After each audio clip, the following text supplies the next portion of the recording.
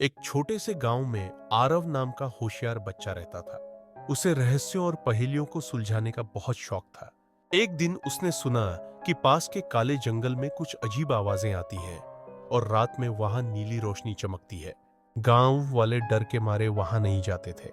आरव ने तय किया कि वह इस रहस्य का पता लगाएगा। अपनी टॉर्च और नोटबुक लेकर वह जंगल की ओर निकल पड़ा। रास्ता अंधेरा था, लेकिन उसका दिल बहादुर था। जंगल के अंदर अजीब सी ठंडी हवा बह रही थी और पत्तों की सरसराहट डरावनी लग रही थी। अचानक उसे पेड़ के तने पर एक अजीब चिन्ह दिखा। वह चिन्ह चमक रहा था। पहला रहस्य।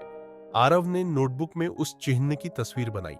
तभी झाड़ियों से एक हल्की सी आवाज आई। कौन है वहां? आरव डरते हुए बोला, मैं आरव हूं, रहस्य सुलझाने आया हूं। आवाज फिर आई, अगर सच में रहस्य जानना चाहते हो तो 3 पहेलियां हल करनी होंगी।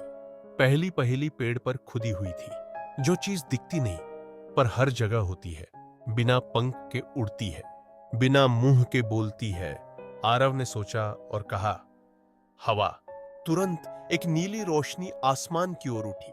आवाज बोली, सही जवाब, आगे बढ़ो। बच्चों, जंगल और घना होता गया।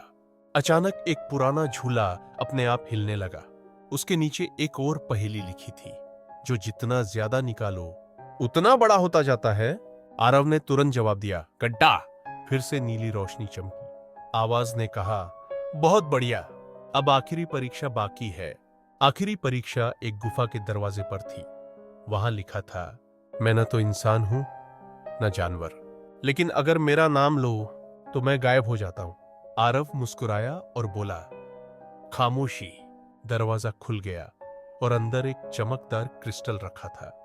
रहस्य का खुलासा। जैसे ही आरव ने क्रिस्टल को छुआ, जंगल की सारी नीली रोशनी गायब हो गई और जगह पर सुंदर तितलियां उड़ने लगी। आवाज बोली, तुमने बहादुरी और समझदारी दिखाई। इस क्रिस्टल में अच्छाई की शक्ति है। इसे गांव ले जाओ और कभी बुराई से मत डरना। आरव खुशी खुशी क्रिस्टल लेकर गांव लौटा। गांव के लोग उसे देखकर हैरान रह गए। अब वह जंगल किसी को नहीं डराता था, क्योंकि उसका रहस्य आरव ने सुलझा लिया था। बच्चों, अगर आपको यह रहस्यमयी कहानी पसंद आई तो तुरंत हमारे चैनल को सब्सक्राइब करें और अगली रहस्यमयी कहानी का इंतजार करें।